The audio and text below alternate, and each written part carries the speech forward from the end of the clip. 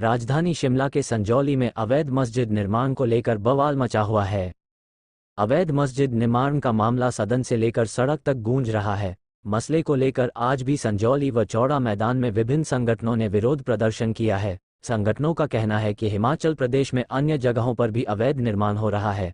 चौड़ा मैदान देवभूमि क्षत्रिय संगठन के प्रदर्शन में ग्रामीण विकास एवं पंचायती राज मंत्री अनिरुद्ध सिंह शामिल हुए। उन्होंने लोगों का आश्वासन दिया कि अवैध निर्माण को बर्दाश्त नहीं करेगी। सीएम ने मामले में कानून के तहत कार्यवाही की बात कही है।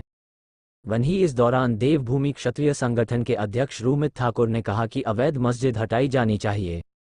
मंत्री अनिरुद्ध सिंह ने बेबाकी से सदन में मुद्दा उठाया है। पूरे प्रदेश में बाहरी राज्यों के लोग आ रहे हैं, ये लोग अवैध निर्माण कर रहे हैं, कहां से इसके लिए पैसा आता है, इसकी जांच होनी चाहिए।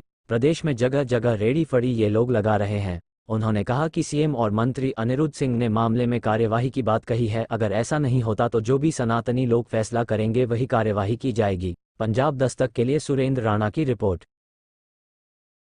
देखिए, मसला तो पूरे प्रदेश के सामने है ही है, आपको भी पता ही है। यहाँ आज कॉल करी गई थी, जो अवैध निर्माण हो रहे हैं उसके खिलाफ कॉल करी गई थी। और जो थड़ी वाले रेडी वाले बैठते हैं, जो बाहरी क्षेत्रों से आ रहे हैं, बिना वेरिफिकेशन के बैठ रहे हैं, उस बारे में आज मुद्दा था, कॉल करी गई थी। तो हमने पिछले कल ही माननीय मुख्यमंत्री महोदय ने रूमित जी को, हमारे सारे काउंसलर्स को, सभी को, चाहे नरेंद्र ठाकुर जी हैं और दीपू जी हैं और विनय हैं और सभी काउंसलर, विशाखा जी हैं, अपने मल्याना वाले काउंसलर है, सभी को बुला के इस मामले पे काफ़ी लंबी डिस्कशन करी है और पूरा विश्वास दिलाया है कि कानून लेके आएंगे कि जो तय बाजारी पे बैठते हैं बाहर से आके, क्योंकि 190 रजिस्टर है, इतने सारे कैसे बैठ रहे हैं, उसके बारे में बात करी है। एक मिनट पहले मैं अपनी बात कर लूँ। तो उसके बारे में बात करी है, पूरा विश्वास दिलाया है कि उनके ऊपर जरूर कानून बनेगा और जल्दी बनेगा, इमीडिएटली। और दूसरा जो आप बात कर रहे हैं अवैध निर्माण की बात, मंदिर, मस्जिद या किसी धार्मिक स्थल या किसी मकान की नहीं हो रही है ना, बात हो रही है लीगल कंस्ट्रक्शन और इलीगल कंस्ट्रक्शन की। तो जो इलीगल कंस्ट्रक्शन है, चाहे वो किसी भी रूप में होगा, उसको जो है उसके ऊपर एक्शन होना चाहिए। ये सभी का मत है, सदन का भी मत है, लोगों का भी मत है, क्योंकि उससे एक क्या है कि और तनाव खराब ना हो, कानून के दायरे में रह के इमीडिएटली एक्शन, चाहे वो कोई धार्मिक स्थल है, किसी भी समुदाय का धार्मिक स्थल है, उसकी चाहे वो है, चाहे किसी का घर है, चाहे किसी की दुकान है, उसके ऊपर जो है legal action as per law जो है वो होने जा रहा है। 5 बारी नोटिस आ चुका, आपने अभी कहा 5 से भी ज़्यादा। देखिए ऐसा है, 5 आगे का क्या लगता है कि अब इस पे नहीं, मेरी बात सुनिए। देखिए, मैंने कल विस्तृत जानकारी जो है पूरे सदन को दी है, विस्तृत। कब ये शुरू हुआ, ज़मीन किसकी है, कौन से सन में किसकी ज़मीन थी, कितने बीघा ज़मीन है, 2010 में पहला नोटिस इशू किया है, उसके बाद फिर भी बार नोटिस देते गए, फिर भी कंस्ट्रक्शन का काम नहीं रुका। तो ये तो अधिकारी जिम्मेवार हैं, अधिकारी बिल्कुल इसके लिए जिम्मेवार हैं। बिजली पानी काटा क्यों नहीं काटा है, उसके लिए वो अधिकारी जिम्मेवार हैं। ये नहीं कि मैं इस प्रॉपर्टी की बात कर रहा हूँ, मैं सारी प्रॉपर्टीज़ की बात कर रहा हूँ। अधिकारी जिम्मेवार है, उनको तुरंत एक्शन लेना नहीं चाहिए, लेना पड़ेगा, क्योंकि संज्ञान में भी आया है। बात ऐसी है, जब संज्ञान में आएगा सरकार भी तभी काम कर पाएगी। यहाँ पर ये बात है कि ये मसला केवल यहाँ जी देखिए, जिस प्रकार से एक मस्जिद के अवैध निर्माण को लेकर ये मैटर उठा और यहाँ के स्थानीय जितने हमारे पार्षद हैं और जितने हमारे स्थानीय लोग हैं जिला शिमला के, उन्होंने इस मुद्दे को बड़ी गंभीरता के साथ उठाया। संजौली में प्रोटेस्ट हुआ, सरकार के समक्ष पूरे हिमाचल प्रदेश के सनातन समाज को एक संदेश गया कि हमें शिमला की और कुछ करना चाहिए और पूरे जो जिला शिमला का जो सनातन समाज है, सनातन समाज के पक्ष में हम लोगों को खड़ा होना चाहिए। तो हमने हमारे माध्यम से एक कॉल पूरे हिमाचल प्रदेश के सनातन समाज को दी गई।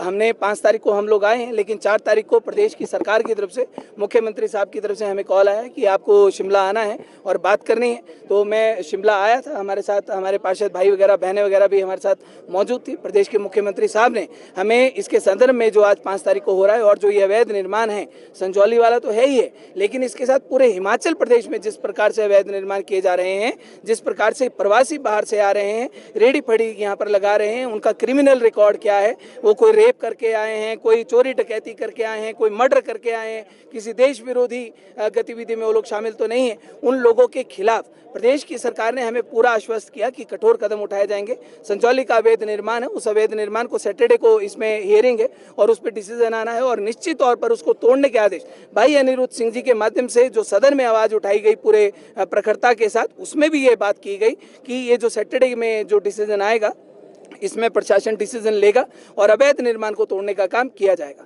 जिस प्रकार से लव जिहाद इस हिमाचल प्रदेश में बढ़ रहा है, जिस प्रकार से जमीनी जिहाद हिमाचल प्रदेश में बढ़ रहा है, जिस प्रकार से ये जगह जगह मेन लोकेशंस के ऊपर बैठ रहे हैं, लोकल आदमी 10,000 रुपये किराया नहीं दे सकता, लेकिन उस दुकान का ये लोग 15,000 और 20,000 रुपये दे रहे। कहाँ से पैसा आ रहा है, कौन इनको फंडिंग कर रहा है, किस प्रकार से जो लोग जैसे कि कह रहे हैं संजौली में कि वो टेलर था, अगर वो टेलर था तो उसके पास इतना पैसा कहाँ से आया कि वो 5 मंजिल की मस्जिद वो खड़ी कर सके। और हिमाचल प्रदेश में अगर इस प्रकार की गतिविधियों के लिए कोई पैसा आ रहा है तो वो पैसा इन लोगों को कौन दे रहा है, उसकी जांच पूरी होनी चाहिए। इन लोगों का क्रिमिनल रिकॉर्ड होना चाहिए। रेडी पड़ी वाले जो पूरे हिमाचल प्रदेश में प्रवासी बैठे हैं, इनके अनुमति वहाँ से खारिज की जाए और जो स्थानीय हमारे युवा हैं, बेरोजगार जो लोग हैं, स्थानीय लोग हैं, उनको सड़कों पर और उनको वो खोखे लगाएं, रेडी पड़ी लगाएं, वो अपनी दुकानें लगाएं, उनको अनुमति दी जाए। और ये भी साथ में चेक किया जाए कि ये जो लोग हैं इनके कितने लोगों के बोनाफाइड सर्टिफिकेट इस हिमाचल प्रदेश में बनाए गए हैं और किस आधार पर बनाए गए हैं, उसकी जांच पड़ताल इस हिमाचल प्रदेश में होनी चाहिए। और जिस प्रकार से हमने ये सुना है कि ये लोग महिलाओं को गंदे इशारे करते हैं, अश्लील हरकतें करते हैं और उनको अश्लील कमेंट्स करते हैं, तो हमने ये संकल्प आज यहाँ से लिया है कि जो इस प्रकार की इनकी गुंडागर्दी है उसके ऊपर विराम लगाने का काम इस हिमाचल प्रदेश में किया जाएगा।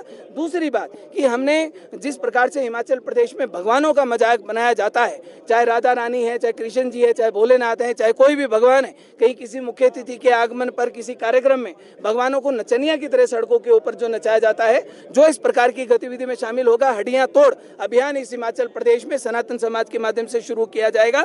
और जो हिंदू समाज इस हिमाचल प्रदेश में है, जो 2,000 के लालच में, 1,000 के लालच में, 3,000 के लालच में जो अपनी दुकानें बाहर के लोगों को देते हैं, अपने घर बाहर के लोगों को देते हैं, प्रवासियों को देते हैं, जो अपनी जमीनें देते हैं, साहब अगर आप पैसे के लालच में अगर दूसरे प्रवासियों को इस प्रदेश का माहौल खराब करने वाले, हमारी माताओं बहनों का धर्मांतरण कराने वाले, लव जिहाद करने वाले लोगों को अगर आप पैसे के लालच में अपना मकान या अपनी जमीन दे रहे हैं, तो साहब ये हिंदू समाज आपका बहिष्कार करेगा, नंबर 1 पर करेगा और पूरी बुलंदी के साथ इस हिमाचल प्रदेश में करेगा।